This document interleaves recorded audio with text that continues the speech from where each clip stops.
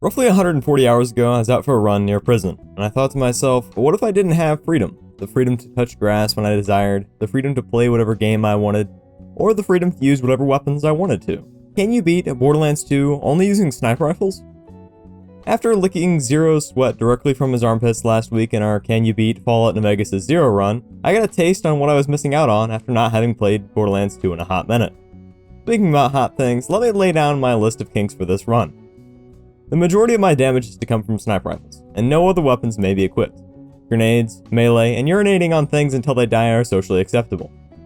I can't utilize any skills, badass or otherwise. This prevents me from using skills like Cloud Kill or Bore to my advantage. If I die at any point during this run, I have to start from the beginning. Due to the power of video editing, this will have very little impact on your lives, but will make my hands sweat more than my ex-girlfriend after coming back from dropping off her ex's sweatshirt. I don't think that there are any other rules, but I'll be sure to come back here if there are. Probably. Starting off, I chose Zero, make myself look like that guy from Ratchet & Clank Up Your Arsenal, and give myself a solid name. The cool thing about owning whatever version of this game that I own, I start with some gearbox weapons. One of these pungent kill sticks is a sniper rifle. Without this, I'm pretty sure this run would be impossible unless you were able to get to the somewhat new DLC and get a rifle from there. Regardless, I eat a mint I found on the toilet next to a wonderful portrait of a beautiful woman, rather skimpy clothes, and head out to kill a guy who took Claptrap's hands. I meant to type eyeball there, but I obviously can't read or type. I killed the dude who drags his feet around everywhere a little too easy, and managed to also get a good luck hornet. With my erection a little bigger than I remembered, I checked my badass rank only to find out that my roommate slipped a Viagra into my fruit punch. Being the man of honor that I am, I restart the run after firmly declaring my preferred body parts. This time I played a quick game of Caravan with my new pals before once again making my way to Knuckle Dragger. As someone who really isn't that great at any game I play, I apologize that you have to sit through me missing all of my shots. This time around I kill him while he pretends to be Obi-Wan Kenobi, It's over, Anakin! I have the high ground! but manage to not get a hornet. My day is ruined and my disappointment is immeasurable.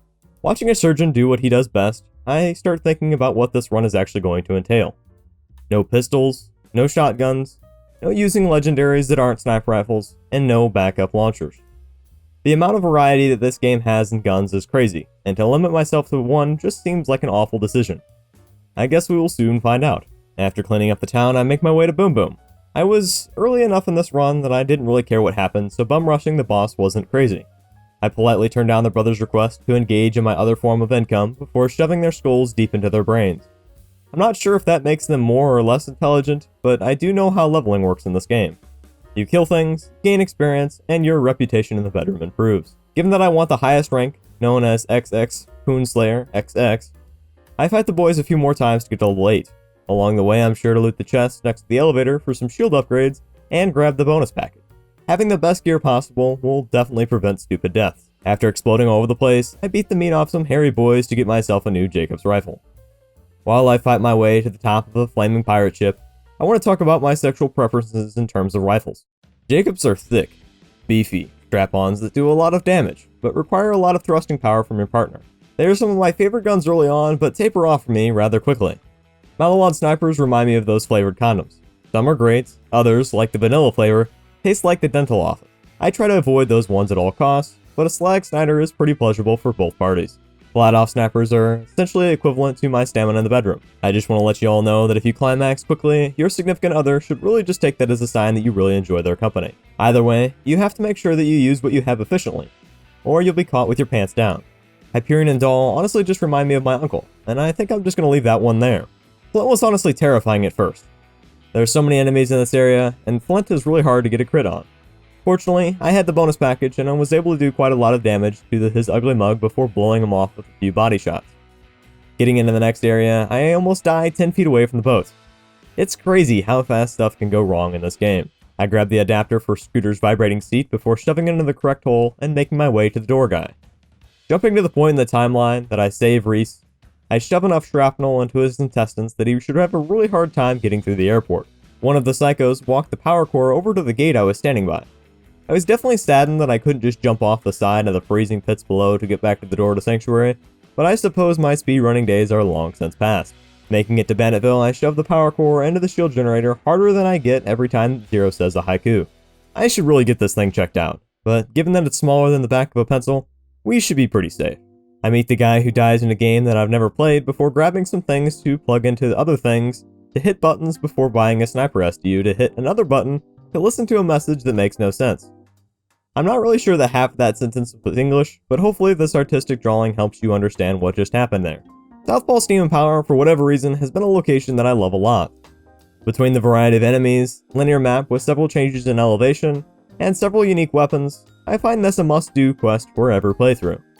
If you're curious where I got the new rifle from, just know that Marcus definitely carries this run with his vendors. Using a barrel and some burst fire, I killed the first badass psycho before moving in to clear out the 3 assassins in this area. None were particularly difficult, but given that I spent 10 minutes here and got a level up, I feel the urge to leave a little bit of footage here. While I brutally murder some people, I figured I'd tell you guys about the time that I got into breath play a little too much. So it was a Monday afternoon. Amazon had dropped off a unique form of a gas mask, and I was twitching in my cage to try it out. It essentially just limits how much air you can consume, like one of those high-altitude training masks, but latex and a little more impairing to your vision. I threw on the mask and messed around with it for 15 minutes or so, to the point I was already breathing heavy. Some non-delicate foreplay later, and let's just say that the tube was squeezed a few too many times, and I passed out. The moral of the story is that if you find a game that takes your breath away, make sure you regulate how much you play, or you'll end up with a bad experience. Or good, depending on how you look at it. Ready to engage in my next escapade, I set off towards Frostburn Canyon.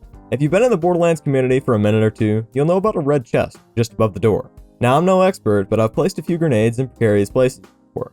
Jumping on a pit of fire, climbing up a mountain so cold that you get frostbite on your shoulders, and grenade jumping across a gap bigger than 16 of my largest toys allows you to get quick access to some decent early game loot. Doing this allows me to find a few rifles, class mods, and shields. It's a great alternative to vendor farming if you want to spice things up a little bit. Speaking about spicing things up, I grabbed some oregano out of my backpack before making my way to Julie Wood's invitation to make out underneath the bleachers. Except, she wasn't there. 4 football players, 3 big guys and the star quarterback, started charging at me. I took the first one out with ease. A quick 1-2 from the mechanical pencil did the trick. The others were going to take some doing. I palmed some of the aforementioned oregano and blew, no, not the 2 types of blow that you're thinking about, the powder in the direction of the 2 of them. They started coughing and I felt a great sense of triumph rising in my chest. One more. I stood my ground for a moment, shooting spitballs into his earlobes in hopes of discombobulating him. After taking a hit from the bully, I launched one last volley, this time piercing the jugular. If you guys ever wonder why I don't voice over fighting sequences and instead focus on NPC dialogue, this video is a perfect representation as to why. While the style of my videos definitely highlights stupid stuff, I do want to catch you guys up on the speed of the actual challenge itself. No deaths so far, and our biggest issue is ammo, as I'm sure everyone saw coming. I took things slow and looted quite a few containers, so it wasn't too big of a deal. I took my time following the signs as I wanted to edge myself before I got there. After all, I wanted to make sure I got what I was paying for. My dominatrix turned out to be Lilith. At first, the whole experience was kind of a letdown, but after going through the whole checklist thing and getting enough safe words down pat, things got kinda hot. I'll spare you guys all the messy details, but let's say it was a little like funeral homes. People died to get in there. Because we can use vehicles, this quest isn't a whole lot different from your standard run. We'll just skedaddle right on by. Badmall got treated like my piñata at my 10th birthday party. My parents got me one of those Spider-Man ones with those little pull tabs on it. I went first and then the rest of my cousins went, each pulling one little string out. One baby, we'll call her Jenny May for obvious reasons, took about 24 of those strings in her hand and ripped it open. Needless to say, I was devastated and swapped my favorite superhero for Batman.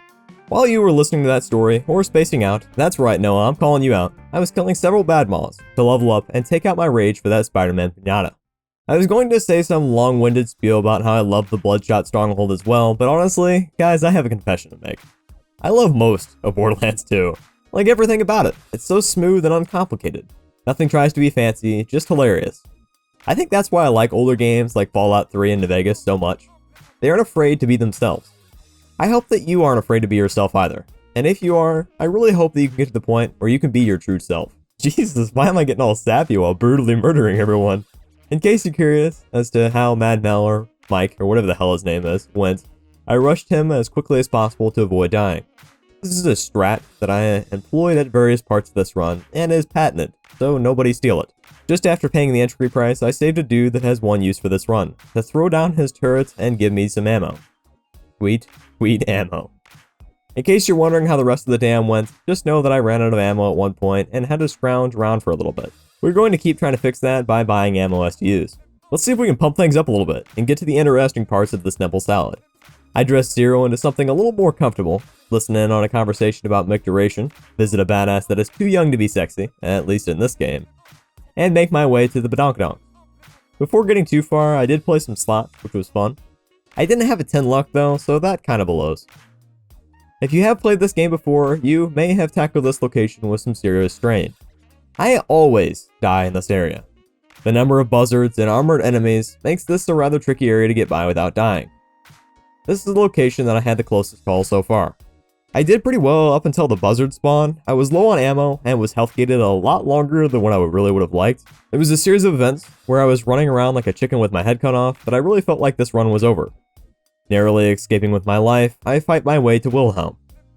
This boss usually isn't too bad in most challenge runs, and that remains the case in this playthrough.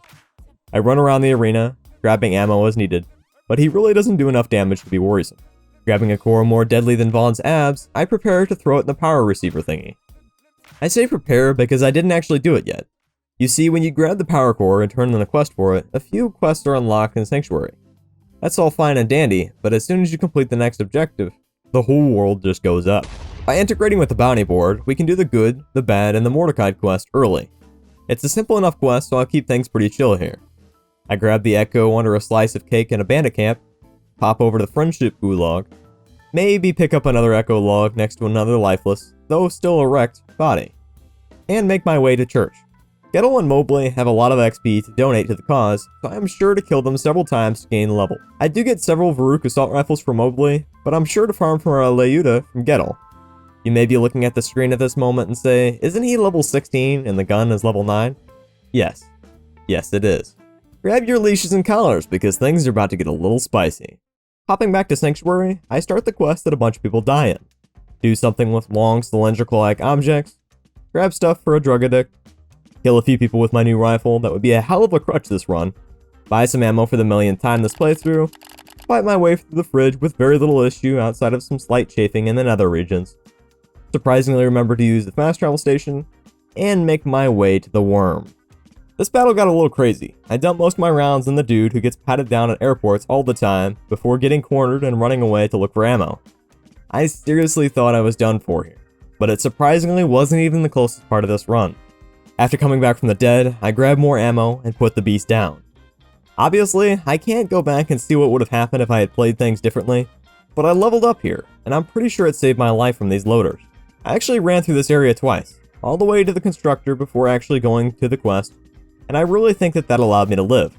Much to my surprise, and to the demise of all you have a sadism kink, Overlook actually goes really smooth with an ammo vendor nearby and a zero-fuse longbow Tesla that I had farmed just before the battle began. There is one toy that I try to get every playthrough, it's this bad boy. Sometimes I like to give the grenade to a skag just to watch it fry from the inside out before serving it with some fava beans and Chianti. The Leuta's fast fire rate, splitting projectile, and solid damage proves to be a solid match to the enemies, even several levels over its own. After coming back from a run for my stupid mental health, I finished up my advanced fisting regimen before getting back to Sanctuary. I'm not there for very long before I once again take off to try to level myself up. Borderlands 2 has a lot of side quests in them that you can use to level up and get powerful items. That said, you can also farm the same enemies over and over again for the same loot. Because the dust scales after every story chapter, we can keep coming back to Gettle for his Leuta. While repetitive, it is the easiest way I know to both level and get decent gear without going to the DLCs. I farmed to get to level 19 before hitting the Wildlife Exploitation Preserve. It's probably getting old by now, but this area really makes me cream my pants through my cage. It's like an explosion of warmth and vibrancy that really makes you feel complete. All the enemies have a lot of variety and there's tons of loot. There's also a Moxie arena. What more could you want outside of an actual social life? The super badass loader and the badass stalker were so easy to kill that I actually decided to do 3 runs of the loot midgets. I did do something kinda stupid and spawned all 4 of the guys at once, but I'll be honest, if you aren't, are you really living your best life? Live, laugh, love, I always say. Why is that a thing? Die, cry, lie sounds so much more badass. It's not a phase, Mom. After eating a chicken that I found out was Bloodwing, I traveled through my intestines, tried to remove him from my bowels as quickly as possible before he tore through my internal lining up the gastrointestinal system. I did run out of ammo somewhere near the cardiac antrim, but just ran back to the ammo vendor to restock. I'm gonna be completely honest. This is how I play Borderlands literally every time outside of one life, and not having the skills, so it's not really too bad. That said, my butt does pucker at certain moments. The Bloodwing battle was one of those moments. I went and bent over prepared to be blasted to the moon, but to nobody's surprise, I put the beast down after severely inaccurate marksmanship. Next up was taking this note to Thousand Cuts. You and I both don't have the time for me to describe every little piece of gear that I added to the box underneath my bed that is almost identical to the one that you found underneath your parents' bed when you were 9.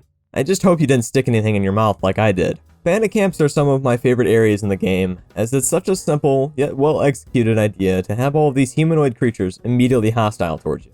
Besides, headshots are nice. I grab a new rifle from a loot goon Goliath before stepping inside Brick's sex dungeon. While I kill things in a hopefully semi-cool fashion, I'd like to talk to you about why I think Brick is into feminization. First, he selects Maya in bunkers and badasses, and we all know Maya is packing some serious heat from those posts we've seen on Reddit. Second, he keeps several men around him and no women. Sure, this can be seen as an oversight on the game developer's part until Borderlands 3, but I like to think that he is seriously into gangbangs. Lastly, he carries dog paws around his neck, suggesting that he might be a furry as well. There is no correlation, it appears, to the number of dog paws around his necklace and the number of dogs who have been murdered, but there is definitely a correlation between the number of furries who are also into feminization.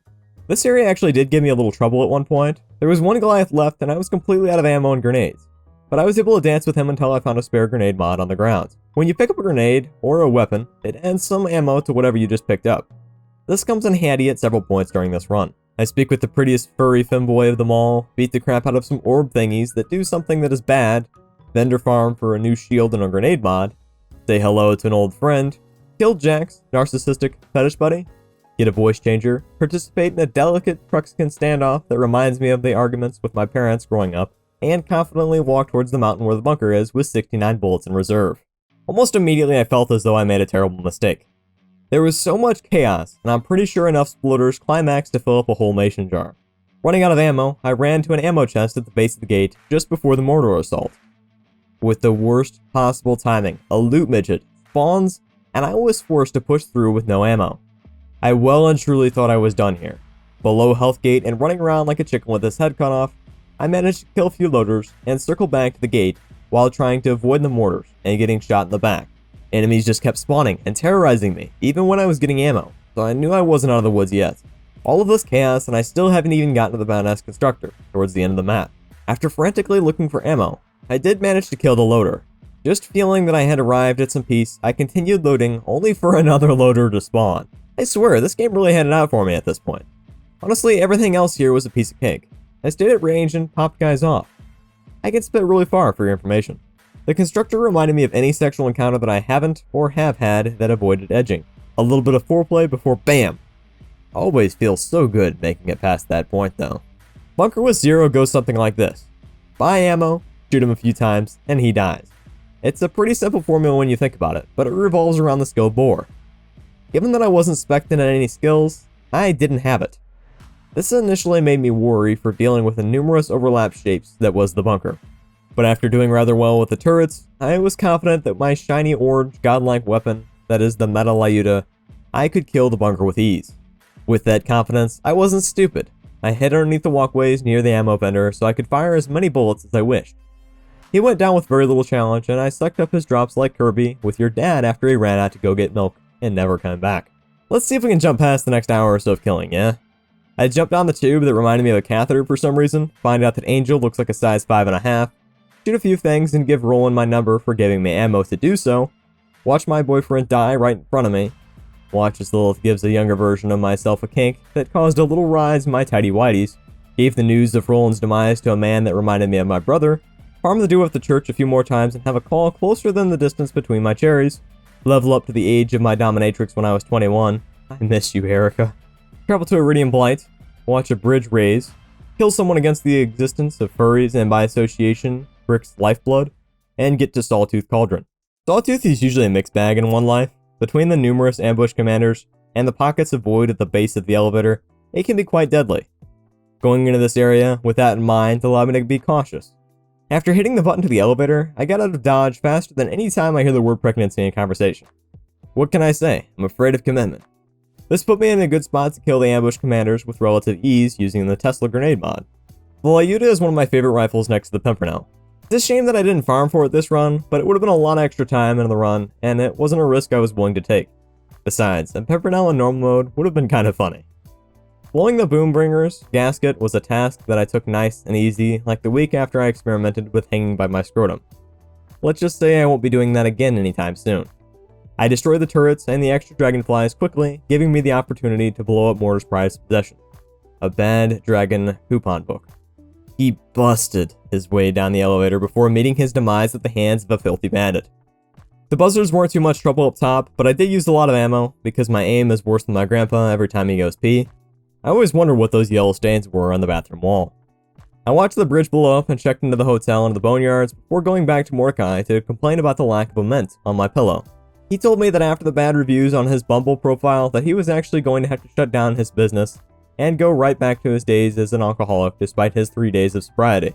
I would make a joke about how small of a time frame that is, but any number of days sober is a feat that you should be proud of. After telling him that I'll put an end to the negative reviews, I killed the woman responsible and managed to get her dad's number so that I could get free honey, if you catch my drift. The pumping stations went okay. Sometimes this can be a little bit tricky as Hyperion Hawks and stronger loaders start spawning, but I was cautious. I have died more times in the pump station that has an elevator leading down than I really care to admit, but fortunately, didn't have a single problem this run. I'll take a little bit of time here while I'm working my way back to clarify the no death rule. One Life rules in the Borderlands community states that your run must be live streamed. I did not do this for 2 reasons. 1. I'm about as boring as a sock monkey with no socks. Literally a tumbleweed has more personality than me. 2. I don't want anyone else to have to suffer through 10 hours of bullshit. These 2 reasons are the reason that I didn't live stream my attempt and therefore invalidate this run. You can choose to believe me or choose not to. It makes very little difference to me as my left ball hangs a little lower than my right, thoroughly destroying my confidence in any romantic encounters. After dealing with Saturn using the B shield, I whip up top, grab the coordinates of the warrior, and make my way to Hero's Pass. Psych, you thought! I have to farm first, allowing me to get to level 32. I really probably didn't need to do this, but I'm a little bit of a scaredy cat and would prefer to have a few levels over everything that I'm fighting. Just before going into Hero's Pass, I watched Claptrap struggle to integrate with the door before climbing up the steps that our willed friend cannot. My favorite defense is a good offense. With large open areas, enemies have a harder time hitting me, and I can keep my B shield up, meaning I can do more damage. I make this sound like some crazy advanced theory, but it really isn't actually that complicated. There was a funny moment where I killed the guys Brick was supposed to kill faster than he spawned in, so Mordecai just made a comment that had no relevance. Get the hell away from my friend! Oh God, is he screaming again? On the bridge next to the turrets, I did run out of ammo, so I scurried back to the previous area to find some that I didn't already loot. The constructor at the end of Hero's Pass has a tendency to be a little bit deadly if you don't kill it fast. Fortunately with the B shield and the Lyuta, I'm able to kill it faster than it can get more than a few shots off. After clearing up the rest of these balls of fuzz, I purchased ammo for the last time of this run. Win or lose, this is the end. I walk into the battle preparing for the worst fight of my life.